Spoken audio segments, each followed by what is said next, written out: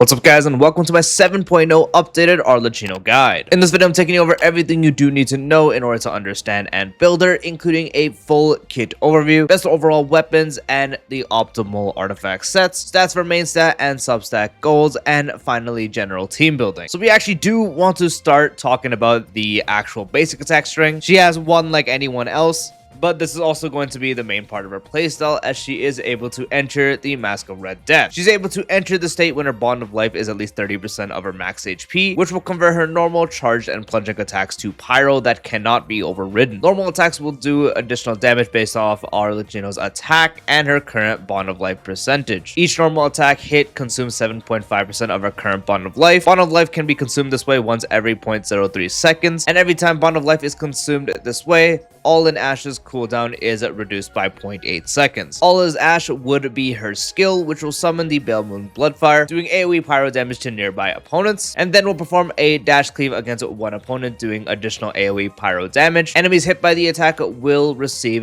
Blood Debt Directive. Blood Debt will last 30 seconds. Every 5 seconds it will do an instance of pyro damage for a maximum of 2 instances, and is considered elemental skill damage. Arlecchino using a charge attack or elemental burst, she will absorb and clear the nearby blood debt. Each directive absorbed grants 65% max HP worth of bond of life. Within 35 seconds of using her elemental skill, she gains up to 145% max HP worth of bond of life from blood debt. Using the elemental skill resets both a 35-second duration and the 145% limit. This is integral, as the way you do player is you kind of start with the skill and then you go ahead and do your rotation, and then once you go back into her, you'll still be within the time. Use the charge attack, have it going, and then she'll clear it, absorb it. She has bond of life. All her attacks are converted to pyro, as you do remember from the normal attacks, and that's where all your damage is going to be going until it's time to use it again, and then you would redo your rotation. Her ultimate is very simple. She absorbs and clears the blood debt around her and does AoE pyro damage before clearing the CD of All is Ash and healing herself,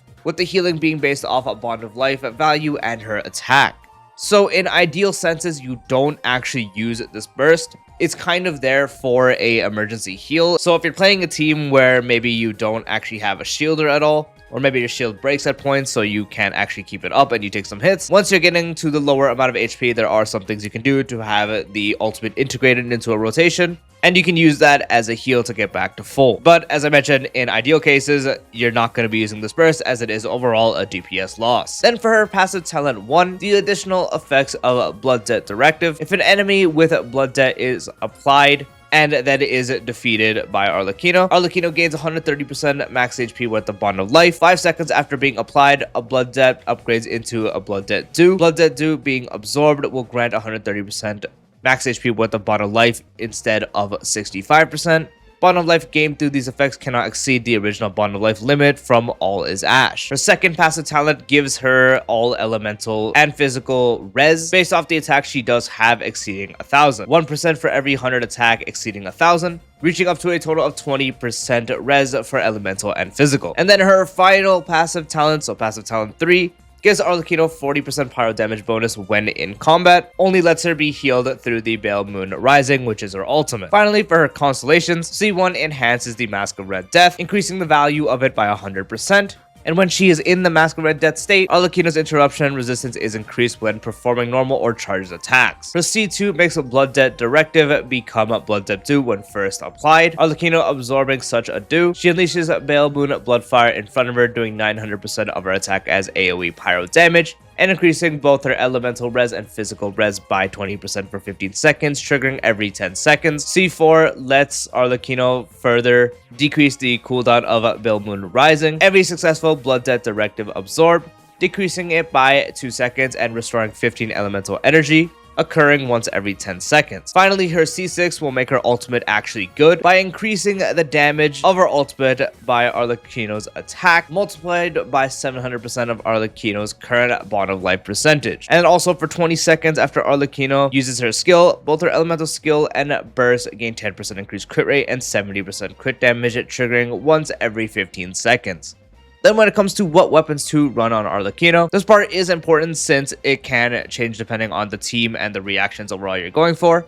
As for something like more reaction side of things, such as Melt especially, and also Vaporize, in those cases, EM weapons can be very good substitutes. But if you're running something like Overload, in that case, you wouldn't want to run something like Staff, and instead would be looking at other things to focus on more attack of side things. But overall, regardless, her best one is going to be your Signature, having a high base attack and also a decent amount of crit rate. Also grants 25% of max HP when a charge attack hits an opponent of Bond of Life, triggering once every 14 seconds. The equipping character having a Bond of Life will get a 12% damage bonus. If the value of Bond of Life is greater than or equal to 30% of max HP, they gain an additional 24% damage bonus. So this just complements Arlecchino perfectly, as she is a Bond of Life related DPS. This weapon further gives her more Bond of Life to use, which is fantastic for her base kit. And since how her base kit works, you are really just going to have the full effect up entirely, since when you do your rotation, you start with skill, you do your rotation, you go back into her, you do a charge attack, so you are getting the other effect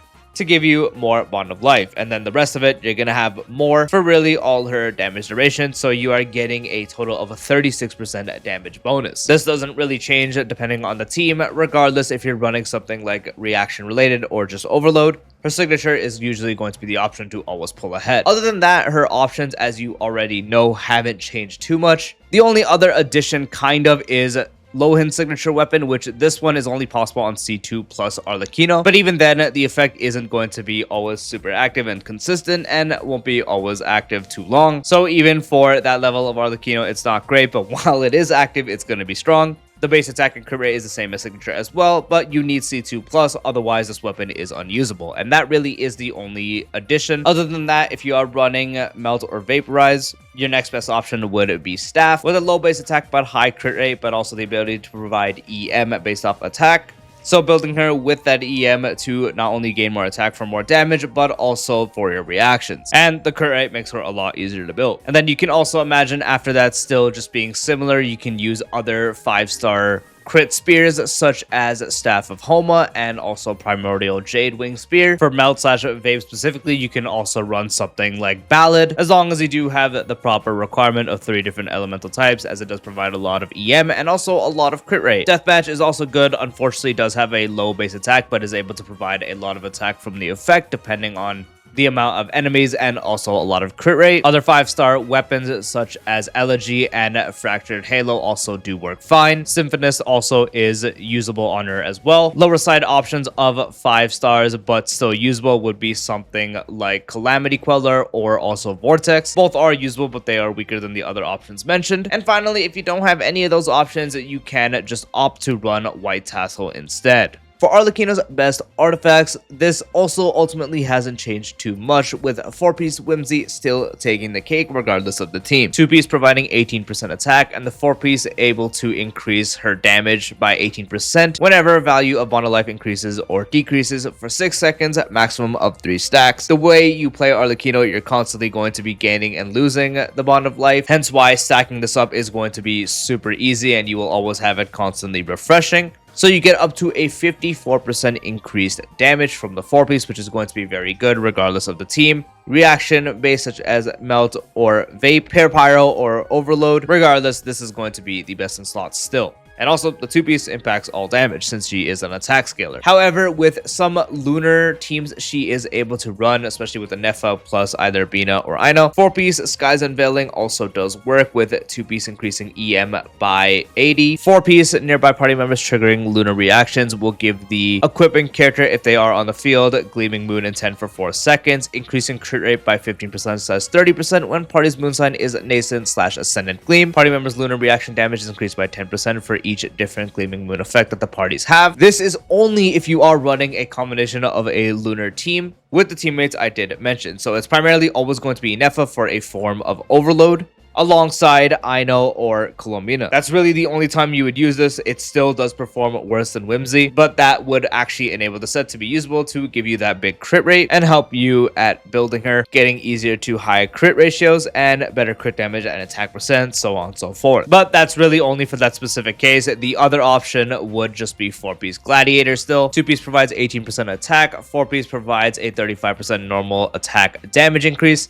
if the wielder of the artifact is a sword, claymore, or polearm, which Arlecchino is a polearm. So just like I mentioned with Whimsy, 2-piece will increase all forms of damage, 4-piece increases her main source of damage, and practically all of it being her normal attacks. Hence why 4-piece Gladiator would be the other consistent option to use. So if you have this laying around, especially since it's been in the game since it came out, probably have a lot of really good pieces and you can build a really good Arlecchino with it. So that's also another option you do have. Then for the main stats on the actual artifacts, on all 3 teams, ideally running attack percent can be better. On some melt/vape teams, EM can also be better, primarily if you are running the staff set, and by set I mean weapon. That's really the only case since the EM you can get is quite obtainable through teammate holding instructor, substat roll, so on and so forth. So really on all 3 teams you would just be running attack percent, but in some cases you can run the EM, but specifically for melt/vape. For Overload or Pure Pyro, you will always run attack percent. The Goblet will be pyro damage, and the Circlet will be crit rate or crit damage, to which one you would need more. Subsets you focus on is just crit rate, crit damage, attack percent, and also some EM.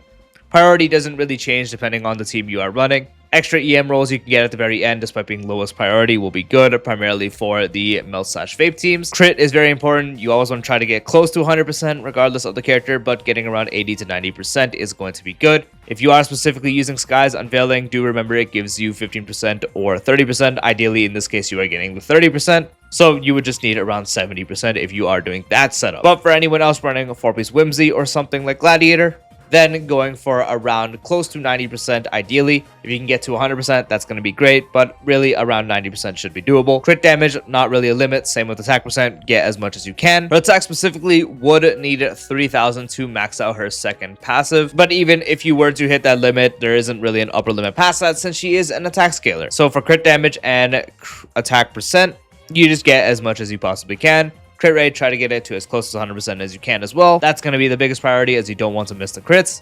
And then some extra EM rolls here and there is going to be nice. Then for team building for Arlecchino, this is actually where the biggest changes have happened since her last rerun, mainly with the introduction of the Hex Array teams, as it did open a lot more team possibilities for Arlecchino. And a lot of them are actually competitive or better than stuff like Melt. So you can imagine Hexray itself for her has a lot of team iterations you can do. A common one is an Overload one. So with Overload, you can imagine it's going to be a combination of Official and also especially Chevreuse. So these two would be good. And last slot would go to Nicole. Nicole also does Shield, which helps a lot with Arlecchino's gameplay. I don't have Nicole, so I can't put her here for an example. This team is actually really strong. Another one you can do is just sub out Nicole for Dern instead. Dern can also just go in that slot as well, so that also does work. Another iteration of a Hexray team could be with Mona instead. Mona being really good now, especially after the buffs and stuff, and last slot going to Bennett, so a Hexray team with Mona and Arlecchino could look like this. Or instead of Official here, you can actually use Sucrose instead. That also does work very much fine, so a team could look like that. So Hexray teams could sort of go like that. If you also want to look into some of the lunar stuff,